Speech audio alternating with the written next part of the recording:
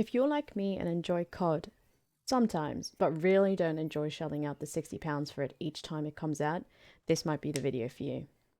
Here's a 2-minute review of xDefiant, a free-to-play FPS game that released about a month ago on 21st of May 2024. I'm a big fan of FPS games with over 2,000 hours in Apex Legends and a few hundred in other FPSs like Valorant, COD, and Halo. So when xDefiant came out, I was really excited to see what it could offer to the genre. Let me start this whole thing off by prefacing it with, I really wanted to love this game. But unfortunately, I'm not sure I've fallen in love. Yet.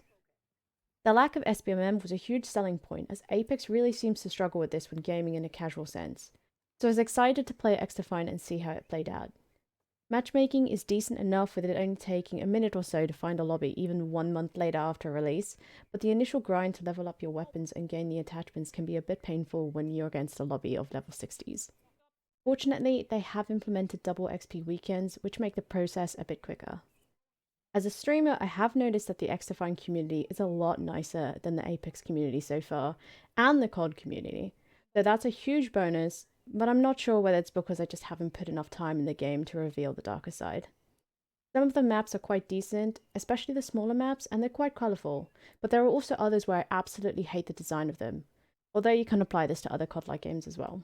The ability to change your loadout mid-game is amazing.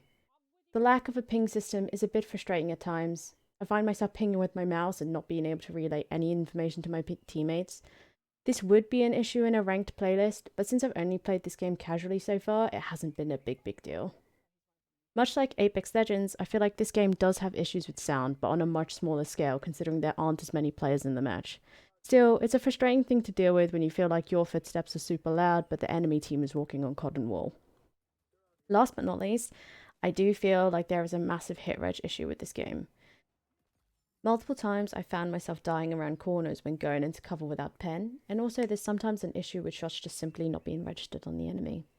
All in all, I do not think this can be a COD killer yet. However, the so far wholesome and positive community, the fact that it is free to play, and the quick place gameplay it provides does satisfy a certain itch without shelling out £60 for the soon redundant COD game instead. I'd give it a 6 out of 10 so far, and I would highly recommend it if you like fast-paced FPS games, but don't expect any highly polished FPS game right now.